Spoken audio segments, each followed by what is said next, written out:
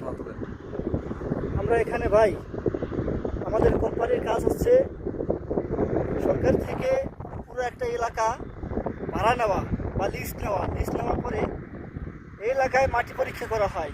পরীক্ষা করার পর যদি মাটিতে সোনা পাওয়া যায়, স্বর্ণ, গোল্ড, যদি গোল্ড পাওয়া যায়, তাহলে আমাদের এই কোম্পানি স্বর্ণ উত্তোলনের কাজ চালু করে। আমাদের এখানে প্রচুর পরিমাণে গোল্ড আছে ভাই।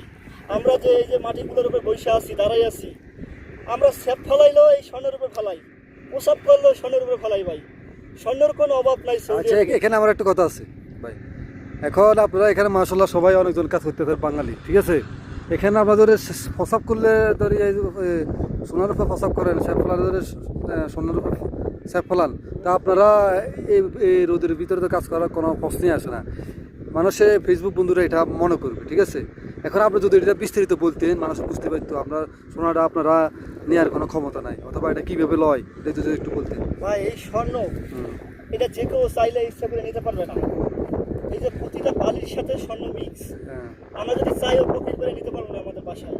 কারণ এই স্বর্ণটা এখান থেকে পাথরের ভিতরে স্বর্ণ থাকে, পাথরটাকে বম ব্লাস্ট করে, হোল করার পরে ওইখানে বম মারে।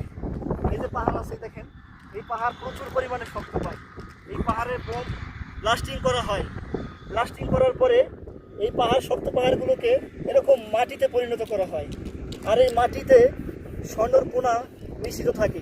এই স্বর্ণগুলো এখান থেকে টেনে পয়লা ওই পাশে নিয়ে যাওয়া হয়। ওই যে দেখা যাচ্ছে মাটি দেখা যাচ্ছে ভাই, সেই এলাকা ওই যে লাল লাল দেখা যাচ্ছে, হ্যাঁ ওখানে নিয়ে যাওয়া হয়। ওখান থেকে উপরে মেডিসিন দেয় আর পানি দেয়, পানির সাথে মেডিসিন মিক্স করা হয়। তারপর উপর থেকে পানি আর মেডিসিন দেওয়া হয়, আর নিচ দিয়ে স্বর্ণটা একবারে জায়গা মতো লেবে পৌঁছায়। অটোমেটিক কম্পিউটারের মাধ্যমে অথবা প্রসেসিংয়ের মাধ্যমে চলে যাবে ওখানে, ঠিক আছে?